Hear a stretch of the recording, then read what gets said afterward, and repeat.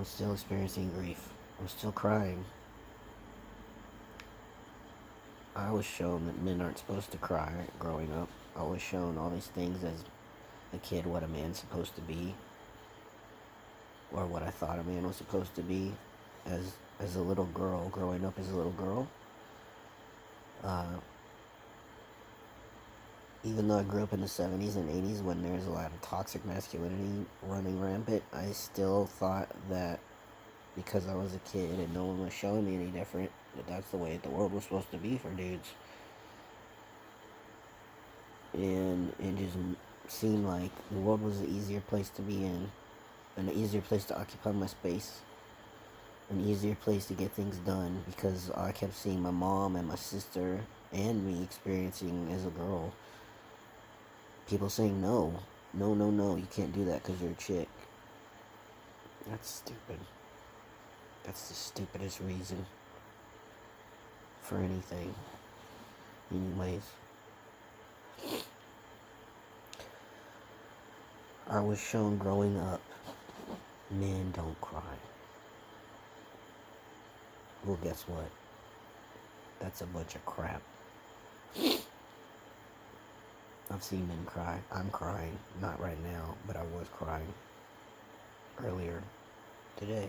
And I might cry again. I don't know. I miss my fucking girlfriend. She passed away. I want her here. I met the love of my life. Now I'm gonna cry.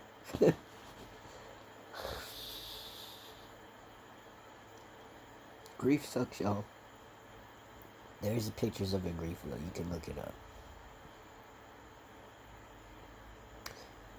It's a poopy wheel. Grief does whatever the hell it wants, when it wants. I will be sitting at home here working, and I'll just start crying. I'll think of her and just start crying. I can't even, keep my bedroom door open because I'm crying all the time. And I feel embarrassed, weak, not manly, vulnerable.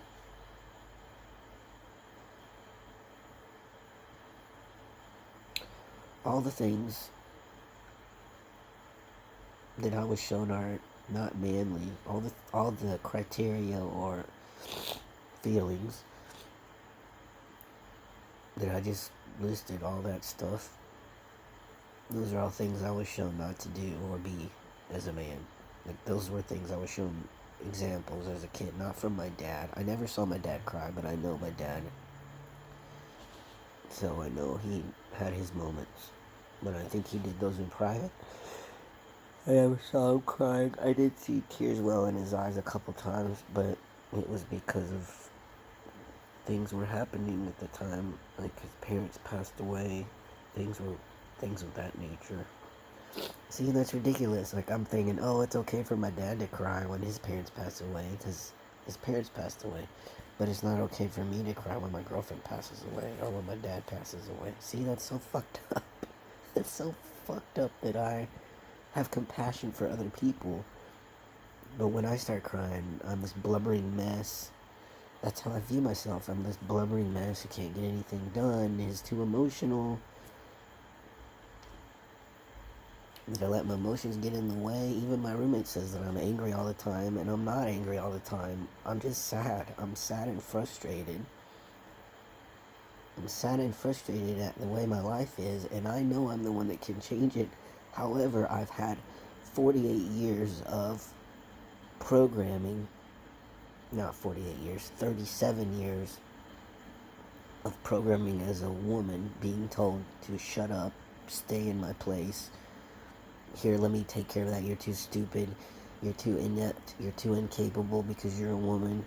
I've been told that. I've been shown that in my life for 37 years. And then I became a dude. And like I said, privileges bounced right on. Privileges, not bounced. Privileges were just thrown at me. White male privilege was like here. And I was like, what the fuck is that? I don't know what white male privilege is. Well, guess what? I'm figuring it out, and I don't like it. White male privilege is gross. A lot of white male privilege stuff is just male privilege stuff is actually just kind of gross. When you've been living your life as a woman for 37 years, and then you're thrown into the world of male privilege and perceived white male privilege because I'm not even fucking fully white. I'm also Hispanic. There's a lot of shit white dudes got away with over the years that's really horrible. Excuse me, I need to blow my nose. Okay, I think I'm getting off topic though. I want to talk about grief still, because I'm still experiencing it. I'm still experiencing grief. It is January of 2021. She passed away in May of 2020. And I'm still experiencing grief on some level. There's times, honestly, there are times when I don't want to be alive. There are times when I'd rather be with her. To me, that's the easier way to see her again. I've been shown and told through meditation and speaking with other people that if I commit suicide, I won't get to see her on the other side. Now, quite frankly, I think that's fucked up and punishment. Like, who the fuck says that to somebody? But that's what I was told by someone who has what I call spidey senses, or is clairsentient, clairvoyance, all that stuff. They're like a medium, kind of, I guess. I want a CB. Yeah, they basically told me that. They basically told me that if I take my own life, I don't get to see B again. And I don't like that idea. It made me so mad I wanted to take my life. And it made me so mad that I want to stay here.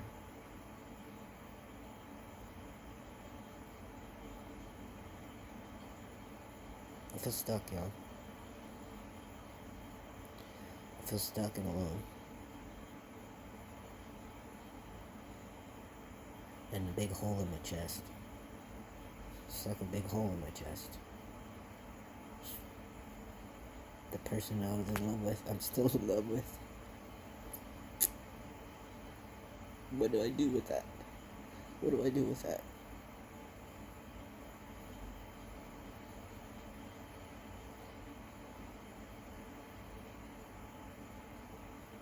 How do you move through grief?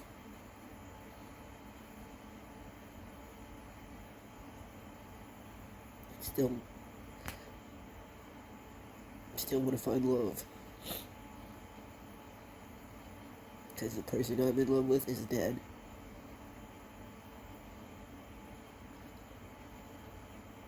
Do I find love again? Am I supposed to? Do I even want to?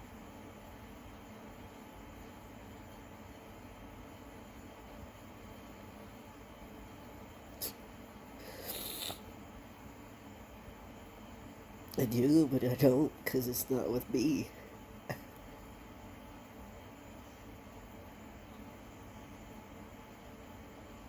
Does anybody know who Wassily Kandinsky is? There's a movie called 6 Degrees of Separation, and from what I understand, there's a painting supposedly depicted in the movie that was done by Wassily Kandinsky. One side of the canvas is total chaos, and the other side of the canvas is peace and serenity. And I don't know if that's an actual painting. From what I remember and read, that he never really did a double canvas painting, but I don't know. But there's a moment in that movie where one of the characters shows another character a double-sided canvas painting by Wassily Kandinsky, and on one side is chaos, and the other side is serenity and calm, and that's where I feel I am. I feel I'm that painting.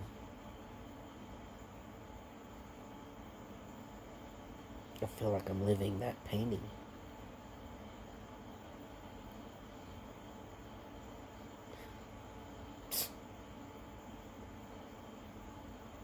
I feel like I'm just being shown duality. What does it mean? I I don't understand any of this. I want to be with my dead girlfriend, but I want to be here.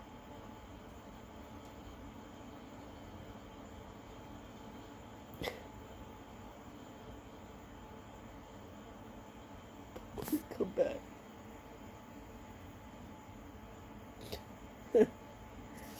I still want her to come back from the dead.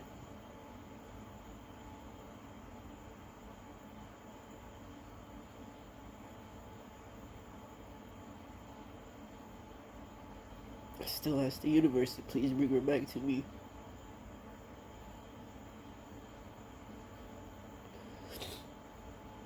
I talk to her. I talk to her as much as I can remember to talk to her. But she doesn't answer because she doesn't have any vocal cords, and it's really frustrating to not hear her voice anymore. I want to hear her voice.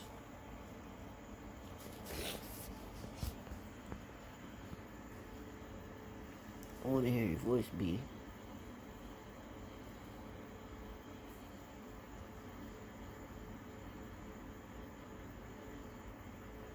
I think I'm gonna take a nap. I'm tired.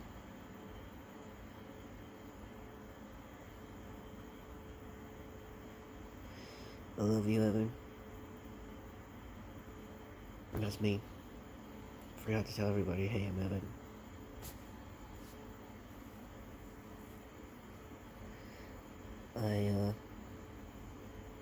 I'm 48. I'm trans. Live in the state. Not Tennessee, Texas. I love you, B. I love you, Dad. I miss you guys.